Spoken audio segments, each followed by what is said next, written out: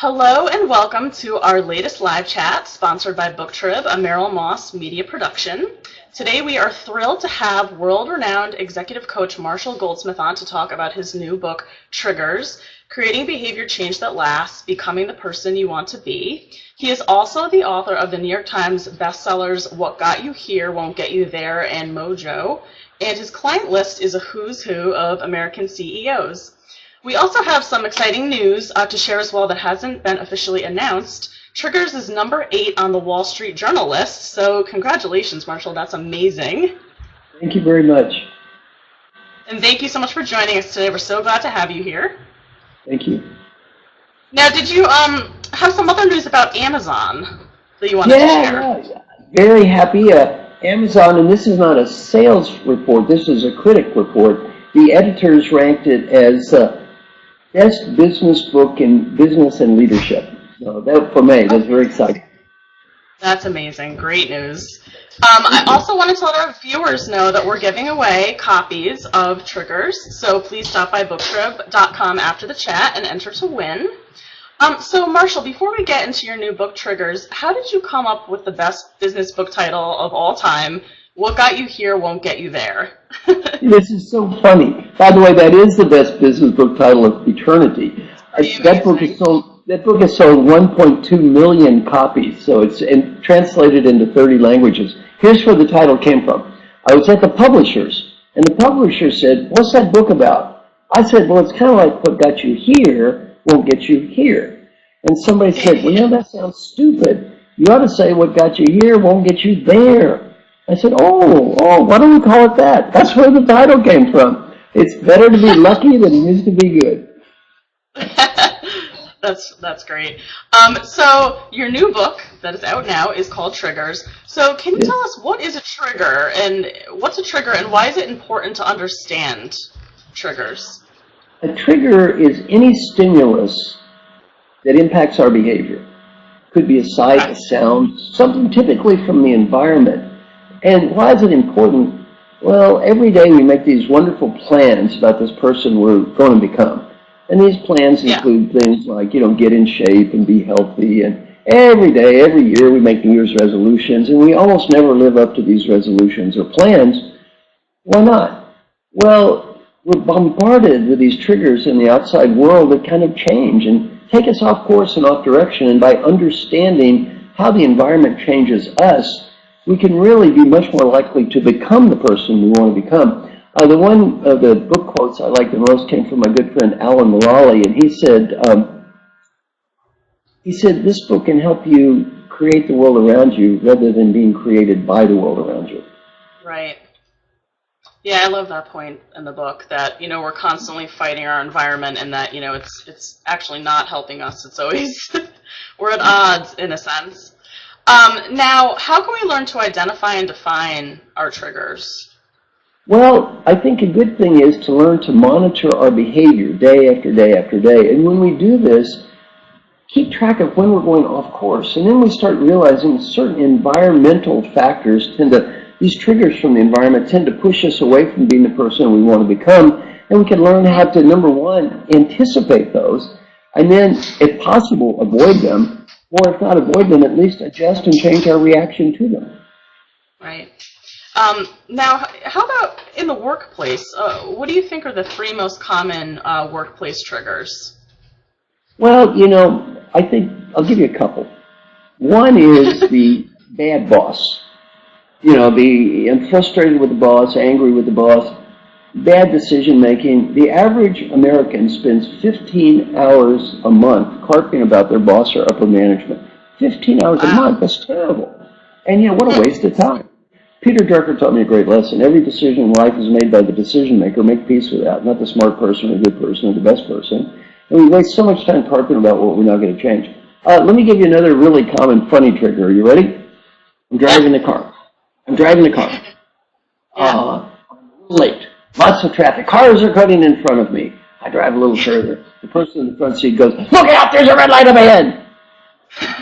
Do I say thank you, or do I say, "What do you mean there's a red light? Do you think I know how to see? I can drive this car. Why don't you shut up and let me drive?" We scream at the other person. Why? That trigger sets off this emotional, stupid, angry reaction. Here's a person that we love and is trying to help us.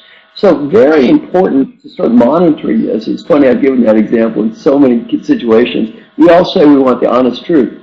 What I try to teach in the book is this. The typical chain of events sounds like this: trigger, impulse, behavior. There is a trigger. The trigger would be the sound of the person in the front seat screaming at you. Produces an impulse, anger, which leads to behavior, scream at the other person. As opposed to, there is a trigger. The person screams. You probably still have that same impulse, yell. But then if you can become aware, you say, wait a minute, why do I want to scream at this person who's trying to save my life and who loves me? And then you realize I have a choice. I don't have to scream. Right. I can just say nothing or say thank you. I have a great example in the book. In my class, I talk about don't win all the time and don't always prove you're right. And, you know, in typical case study is, you know, you have a hard day at work and then you come home, your husband, wife, or partner is there and they say, oh, I had such a hard day. And we reply, you had a hard day. You had a hard day. Do you have any idea what I had to put up with today? You think you had a hard day? We're so competitive, we have to prove we're more miserable than the people we live with. Well, I gave this example at a class at Dartmouth. The young man raised his hand. He said, I did that last week. I said, what happened? He said, my wife looked at me. She said, honey, you just think you had a hard day. It's not over. That's a great reply. There's a great email I got a few months ago. I talk about it in the book. I got this email and it said, I know you don't remember me. I was in your class at Dartmouth 5 years ago. He said, yesterday my wife called and was talking about what a hard day she had. And he said, I was just getting ready to point out how her problems paled in significance to my own. He said, for some reason, I remembered that class and I just shut up and listened and I said, thank you for all you've done for the family. I love you. He said, I spent $25. I bought her some flowers, took the flowers home and I said, I love you. He said, that was the best $25 I have ever spent. Thank you very much. Well, wow. Breathe. He had the impulse to scream, to put his wife down, to prove he was better than her. Instead, he became aware, what am I doing? This is my wife. Yeah. This is not the enemy. I love this person. Then I have a choice. I can A, act like an ass, or option B, act like a good husband. So let's go with plan B. Yeah, I think it's better for everybody, right? Now, speaking of husbands and wives, just speaking of that, are there gender-specific triggers that you see more in a man or more in a woman? Well, it's a very good question. I actually teach a lot of women's leadership programs. I'm often the only token man that shows up at these things, but I'm frequently asked to teach women in leadership, and let me give you the part that the women like the best. The average woman in 360-degree feedback gets slightly better feedback than the average man. It doesn't mean every woman is better than every man. It just means statistically the average woman gets higher scores. My friend Jim Kouzes and Barry Posner, thousands of people, Center for Creative Leadership, thousands of people. This is pretty well documented. The average woman has one issue to deal with consistently and amazingly more than the average man. What is it? The desire to be the perfect everything to everyone. Women statistically carry around one thing far more than men, guilt. When I coach women, much more than men, I say, please quit being so hard on yourself. You see, when the woman gets the trigger, a lot of it is blame myself, I feel bad, I'm guilty. The man's reaction is much more, what's their problem? So with women, I really say, in terms of reaction to these triggers, don't be so hard on yourself. You can't be the perfect everything to everyone. Does that make sense to you? Oh, absolutely. Yeah. That's very fascinating. Now, you talk a lot about how the environment can affect us. So what do you think is the number one misconception we have about our environments? Well, in a book I talk about 15 different ones, how we delude ourselves. Let me just give you a couple to start with. Sure. Well, I'm going to give you, first, why don't people do what I teach? I'm going to make a little prediction. I'm the only teacher you've ever met that's collected feedback from tens of thousands of people who have been in my classes, and I measure, do they do what I teach and do they get better? And I published this in an article called Leadership as a Context Board. If any of you would like to get the article, send me an email, marshall@marshallgoldsmith.com. I'll send it to you. Well, in this article, 86,000 people. Why don't people do what I teach? My biggest client years ago was Johnson & Johnson. Great company. I worked for all the way from their CEO down to number 2,000. 98% of the people said they were going to do what I said. A year later, 70% did something, 30% zero, not even 1 minute. Well, I got to interview people who did nothing and said, how come you didn't do anything? Had nothing to do with ethics, values, integrity, or intelligence. They were good, smart people. It had to do with the dream. It's a dream I've had for years. I'm going to make a prediction. I'm going to predict you have had this dream. You've had this same dream on a recurring basis for years. You know, people are thinking, what is he talking about? He doesn't know my dreams. Don't bet against him. What's a dream sound like? You know, I'm incredibly busy right now, given pressures of work and home and new technology that follows me everywhere. I feel about as busy as I ever have. I feel overcommitted. I don't tell others this, but every now and again my life feels just a little bit out of control. But you know, I'm working on some very unique and special challenges right now. And I think the worst of this is going to be over in about 4 or 5 months. And after that, I'm going to take 2 or 3 weeks and get organized and spend some time with the family and begin my new healthy life program. And after that, everything's going to be different. And it won't be crazy anymore. Have you ever had a dream that vaguely resembles that dream? Yeah. How many years have you been having this dream? There's not going to be in 2 or 3 weeks. Sanity doesn't kick in. Tomorrow's crazier than today. It's always going to be crazy. The reason I try to teach people stuff that's positive and simple and focused and fast is if I give people complicated stuff to do, they're not going to do it anyway. Not because they're mean or bad or evil, because you're so busy. That is true. That's for sure. Now, we all know that we won't be watching David Letterman on The Late Show, but I love the anecdote about David Letterman in your book. I thought it was really interesting that he only wants to tell jokes in a 55-degree environment in the studio. So what are some easy changes that someone can make to their environment? I thought it was fascinating that something so simple, as a teacher, and I use this myself, as a teacher, I was working at McKinsey & Company. And normally my classes go real well. I'm a positive guy, upbeat, enthusiastic. But I feel like everything seems sluggish, and the people are not responding like they usually do. And I don't feel quite as energetic. And then I realized, having all these deep psychological analysis that, perhaps they have a problem, or I have a problem, or all this deep stuff, right? And I realized I was sweating. And I thought, the room's too hot. I turned down the temperature. All of a sudden, everybody's fine. All my silly deep psychological analysis was the room's too hot. Well, sometimes if we just look at the world around us, just small environmental changes like that can make a positive difference, where we don't have to do anything but turn up the air conditioner. And David Letterman, in the example, he kept it at 55 degrees. Why? People laughed more. They had more energy. Yeah. That's crazy. You'd think it would be chilly, but I guess it keeps you alert. He doesn't care. He's not doing the show for their comfort. He's doing it for his ratings. Yeah. Yep. Exactly. Now, what are some encouraging and discouraging triggers that you use when working with your clients? I know there's a lot of them, but... Yeah, when I work with my clients, I have a very unique approach to coaching. I don't get paid 1 cent until the end of the engagement, which is 18 months. And I don't get paid if they don't get better, and better's not judged by me or them, it's judged by everyone around them. So what I do to really create positive triggers in the environment is I interview all the key stakeholders. They have to go back and talk to the key stakeholders about what they learned, follow up, and we measure them getting better. I also, though, help the stakeholders create positive triggers for them. So I'll tell the key stakeholders, number one, focus on the future, not the past.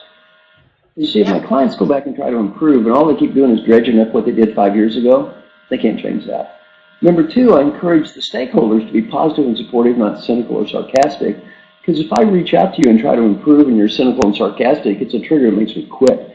If you're positive and supportive, it's a trigger that makes me continue. Then I say, tell the truth, and then you pick something to do better.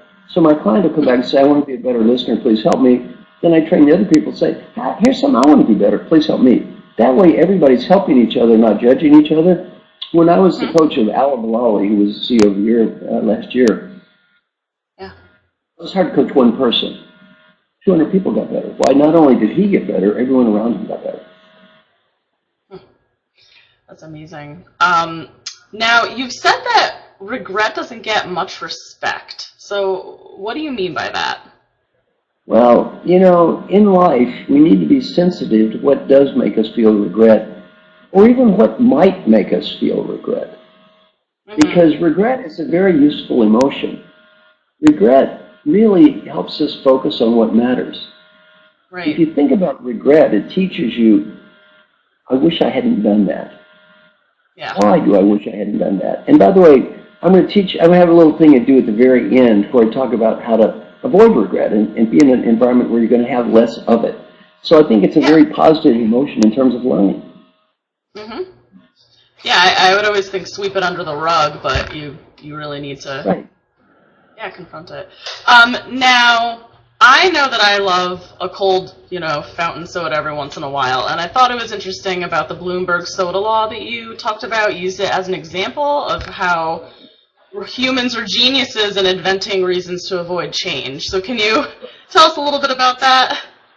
Well, I'm here in New York City right now, and I have my main home is Rancho Santa Fe, California, and my second home is here in New York City. I live here in Hell's Kitchen, by the way, with the other young, beautiful, hip, and trendies like me. So I'm here in New York, and so I love New York. Mayor Bloomberg comes up with this scheme that you can't get these huge, giant 32-ounce things of cola, sugary drink, because it's not good for you. You think on the scale of big deals in life, what does it matter anyway, right? How many people have to buy giant soft drink? Oh, people just went crazy. I mean, he's attacked as mom and pop stores are put at a disadvantage. He's attacked because he's a nanny state. I mean, on and on and on. He just got dragged off on. Finally, they threw it out of court, right? He's out. Well, my point is, even something as pretty trivial as that is don't drink 32-ounce sugary soft drinks. Yeah.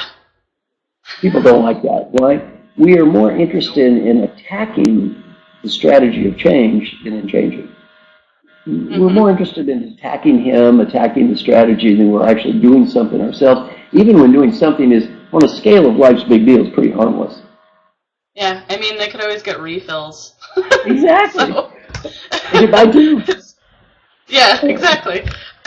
So, we love your Marshall Goldsmith Thinkers 50 blog on Huffington Post.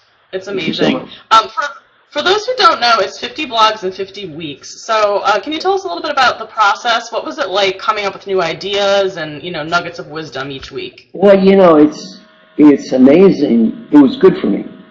What's good for me is it just forces me to think of stuff every week, number one. Number two, I get tons of positive feedback. And I don't understand how it works. But one week, I'd have 5,000 people read a blog. Then the next week, I'd have 100,000. Then I'd have 2,000. Then I'd have 400,000. So I'm certainly not an expert on why, but I do know that literally millions of people have seen the blogs, watched the videos, millions and millions of people, which is really, it's very nice to feel like that when you say something that millions of people hear it. It's kind of frightening in a way, though. You think, oh, my goodness, what if I say something stupid? No. What was it like writing 50 blogs in 50 weeks? That's quite an undertaking. It is an undertaking. And also doing 50 videos, because each one of them has a video, too. Yeah, exactly. I didn't just do the blogs, I made the video. That's a lot of work. It's a lot of work. Yeah. On the other hand, it's good for me because it caused me to think a lot. Yeah, absolutely. Now, can you tell us about some of your magic moves that you mention in the book? Well, I'm going to talk. Let me ramble around just a little bit, okay? Sure. I'm now going to share a process that takes 2 minutes a day. It costs nothing. Okay. It's going to help you get better at almost anything. This is called the daily question process, and half the people that try it quit within 2 weeks. And they don't quit because it doesn't work. They quit because it does work. Here's your homework assignment. I want everybody to get out an Excel spreadsheet. On one column, you write down a series of questions. And then 7 boxes across, Monday, Tuesday, Wednesday, Thursday, Friday. Every question has to be answered with a yes or no or a number. And then at the end of the week, that Excel spreadsheet gives you a report card. But what I tell people in my corporate classes is, that report card at the end of the week, it's not going to be as pretty as that corporate values plaque up on the wall. When you do this day after day after day, you learn life is real easy to talk and hard to live. I mean, I've been doing this for years, and I can tell you it's hard to do. What are some of my questions? How many times yesterday did you try to prove you were right when it wasn't worth it? I almost never got a 0 my whole life. How many angry or destructive comments did you make about people yesterday? How many minutes did you walk? How many push-ups? How many sit-ups? My friend Jim Moore that works with me all the time, he'd tell you this process saved his life. It didn't kind of save his life, or sort of save his life. It did save his life. It was one of his questions every day. Are you currently updated on your physical exam? He said, no, the first 90 days he did it. After 90 days, he said, this is stupid. I got to get the dumb examiner quit asking the question. He says, I'm failing the test every day, and I wrote the question. Well, he got the dumb exam. What did the doctor say? You have cancer. Now, that's years ago. He's fine now. We're having dinner together tonight. But he also said, the doctor said, had you waited 7 more months, you'd be dead. He knew he should have got the exam. He just didn't do it. He just didn't do it, and this really forces you to do it. Now, the magic part is what my daughter Kelly taught me. This is called active questions. Every question starts with, did I do my best to? In our new research, we have 6 questions every day. I'll share the 6 questions, and by the way, if anybody wants to participate in a research study, send me an email, marshall@marshallgoldsmith.com. I'll sign you up for this research study. We've done research with thousands of people. It's really neat. Here's how it works. Every day, 6 questions. They all begin with, did I do my best to? Did I do my best to set clear goals? Did somebody set goals for me? Did I do best to set goals for myself? Number 2, did I do my best to make progress toward achieving my goals? Did I do my best to find meaning? Did I do my best to be happy? Did I do my best to build positive relationships? Right. Did I do my best to be fully engaged? 6 very simple questions. We've done 79 studies with 2,537 participants. What have we learned so far? 37% of the people who do this for 10 days say, I'm better at everything. I feel happier, more meaningful, better goals. 65% said I got better at 4 out of 6. 89% said I got better at something. About 11% stayed the same, and 0.4% said I got worse. Why? Every day these questions get us to focus not on what we cannot change, but get me to focus on what we can change. Now let me give you the 4 qualities of the hardest question you can ever ask. Are you ready? Every day, 4 qualities. And it's totally counterintuitive. Number 1, you write the question. See, if you write the question yourself, it's hard to quibble about the idiot that wrote the question. You see, you are the idiot that wrote the question. Number 2, you know the answer. Well, you know the answer. Number 3, you know it's important.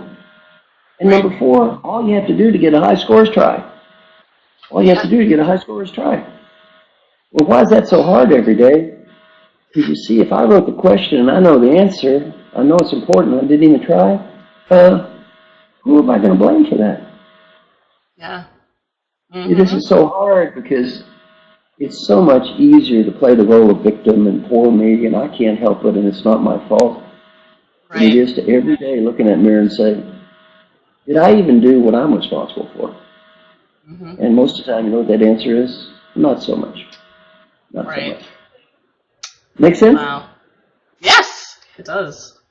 That's amazing. Blows my mind. Now, situational leadership, you talk about that a little bit in the book, which I found very fascinating. Well, Dr. Paul Hersey and Ken Blanchard are the founders of Situational Leadership, and Paul was my boss for years, a really mentor of mine, changed my life. Ken Blanchard, the nicest guy in the world, too. So, you know, both good friends of mine. And situational leadership, it says the leadership style depends on the readiness level of the person. And there's no one best style. You match the style to the readiness level. But what I did in the book Triggers is I applied that in a totally different way. You see, every day we have this planner. And that planner, you're making these plans for the day. But then you get these other people called the doer. And what we don't think about is the doer is totally different than the planner. Right. And what I talk about in the book is how you use kind of situational leadership to realize, I may make these plans for the day, but if I don't have some structure and direction, I'm probably not going to do the plans. So again, why does a movie star hire the trainer to come in every day, yell at him, and make him use the machine? They know how to use the machine. Exactly. Why are they paying somebody? Because they're smart enough to realize if they didn't, it wouldn't happen. That's why they do it. Yeah. And we all need more help than we admit. By the way, we're all very delusional about willpower. In our society, we deify willpower. Oh, somebody has willpower. They did it on their own. And we put down people that need help or structure. Big mistake. One thing I'm proud of in my coaching is coaching used to be seen as something that was there for losers. I've really helped change this field into something that's there for winners. I'm very proud. In fact, 27 CEOs endorsed my book. And they said they had a coach, and I was their coach. I'm proud of that. They're not losers. They're winners. Yeah.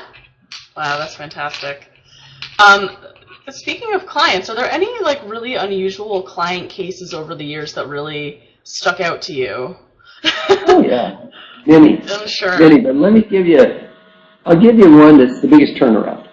Have you ever seen the movie Wall Street with Wall Street? Remember that movie? Michael Douglas was the star, and the character was Gordon Gekko was the character. I got to interview the real-life role model for Gordon Gekko. Now, this guy wasn't immoral or unethical like the man in the movie. He's highly moral and ethical. He's a total jerk. His score in treating people with respect to both direct reports and coworkers is 0.1 percentile. 0.1. So I go talk to him. I said, you know, I got a degree in math there at 0.1. It's not real high. I said, how do you treat people at home? He said, oh, I'm totally different at home. Totally different. I said, that's interesting. You single or married? I said, I'm married. Kids? A couple of teenagers. I said, good. Your wife home? He said, I think so. I said, let's call your wife right now. Let's read her these scores and find out how surprised she really is. So he calls his wife. What's his wife say? You're a jerk. I said, let's check in with the kiddies. Jerk. Jerk. I said, a pattern is beginning to emerge. Now, I said, I can't help you make money. Just make it a little bit less than God right now. But I said, do you want to have a funeral that nobody ever shows up for other than business reasons? He said, you know what, I'm going to change. I'm not going to change because of you or money. He said, I'm going to change because I have a 13-year-old son. And 30 years from today, if a man like you read that report about my son, I'd be ashamed he was my son. And then he said, my son already acts that way. I wonder where my son picked that up. It is me. In 1 year, he got ranked at 53.7 percentile in treating people with respect. Above the company norm. The company norm was high. Probably deserved even better. He was so far down in the ditch to start with. Every year, he sends me a Christmas card. A few years ago, the card said, thank you for the help you gave me years ago. I still have better relationships with people, especially my wife and kids. Wow. The guy's worth over $1 billion. He's worth over $1 billion today. Wow. So what's a better relationship with your wife and kids worth? Can't buy that. No, absolutely not. That's incredible.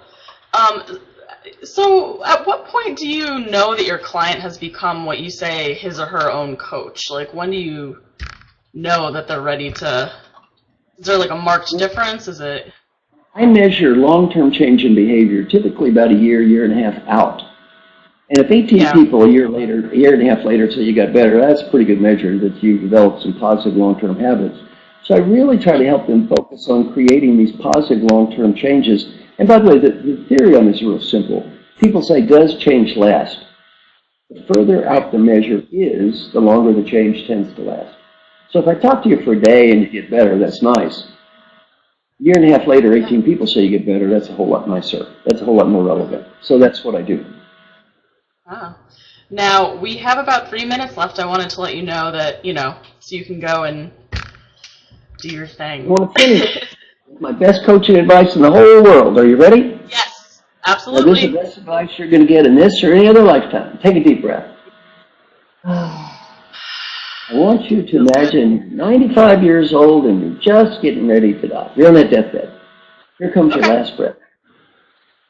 Right before you take that breath, you're given a beautiful gift. The ability to go back in time and talk to the person listening to me right now.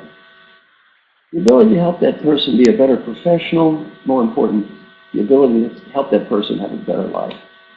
What advice would that wise old person have for the you that's listening to me right now? Don't say anything, do anything, write anything. Just answer that question in your mind. Wow. And friends of mine interviewed old folks who were dying, got to ask the question, what advice would you have? 3 major themes come up. Number 1, be happy now. Not next week, not next month, not next year, be happy now. Great Western disease, I'll be happy when?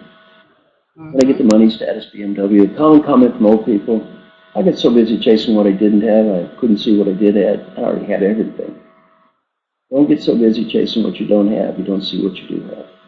Be happy now. Learning to have friends and family and people. Do whatever you can to help people, friends, and family. When you're 95 years old, you'll be proud of yourself because you did and disappointed if you don't. And the final advice, you have a dream, go for it. Because if you don't go for it when you're 35, you may not when you're 45, and you probably won't when you're 85. It doesn't have to be a big one, maybe a small one. Go to New Zealand, speak Spanish, play guitar. Other people think your dream is goofy. Who cares? It's not their dream, it's yours. It's not their life, it's your life. And the final thing I'd like to say is I had a wonderful time talking with you. Hope your listeners found my little time together with them to be positive and useful. Hope they buy my new book, Triggers, and hopefully help you out just and have a little bit better life. Thank you. Yes. Thank you so much, Marshall. It's great to have you. Please stop by BookTrib and enter to win. Bye, guys. Take care. Thank you. Bye.